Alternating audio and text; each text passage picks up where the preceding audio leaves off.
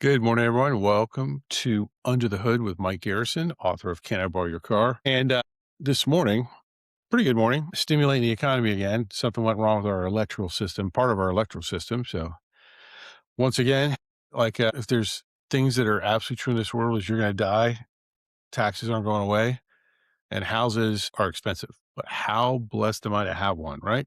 So here's the deal. Got a big annual event coming up in 2 weeks. Very excited about it. It's the Exit Plan Institute, which is just such a great organization. They've been so gracious and giving to me. They've been so supportive, and I've tried to pay it back. But they have their annual Exit Planning Summit, which is huge. I think there's going to be 1,100 folks there. There'll be a huge exhibit hall, tons and tons of consummate professionals. About 30 of my friends in the industry are going to be there, which is cool. But I get asked a lot, like, so how do you do conferences? And so this is the Can I Borrow Your Car conference system.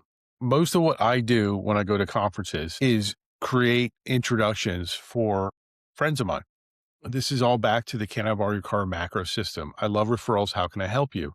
And so what I've really enjoyed is as my profile has risen some inside of EPI, so has the amount of people coming to me looking for help. And I do about 200 meetings a year with CEPAs, free, gratis, um, generally because I am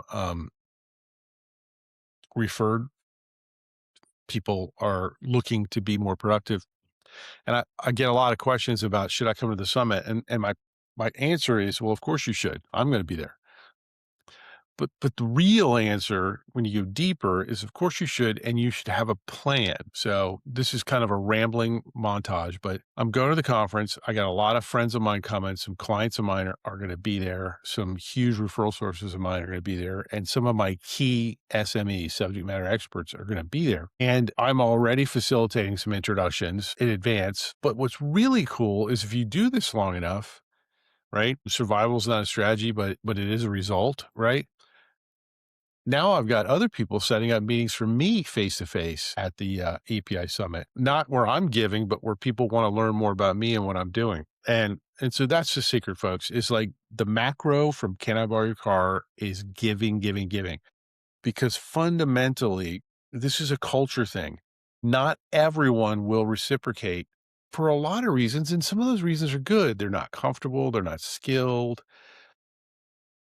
Most of those reasons are because they don't want to. But like when you get down to it, the reason we give predictably is so that we can acquire the data necessary to be able to identify who will reciprocate for us and will enjoy that process and will do it predictably.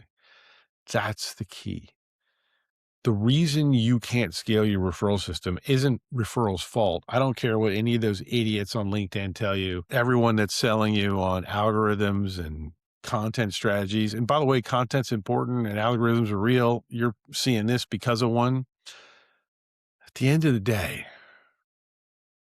referrals only scale when you scale your giving. And the only way you scale giving is by being a pro, having a system, deciding who you're going to give to, adding the activity on a consistent basis to guarantee you do it.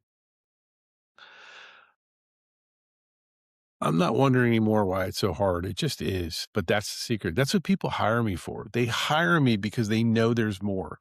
My next book coming out, May 12th, I think is our launch date. It's called Would You Build This? And it's really a parable about a conversation I know some of you have internally all the time. You look at your business, you're a successful financial advisor. You look at your business right now, you look at an incredible amount of success you've enjoyed and an incredible amount of effort and pain that it took to get you there and risk. And when I have those conversations, those private conversations, and I ask people if they would build it this way, the answer is almost always no.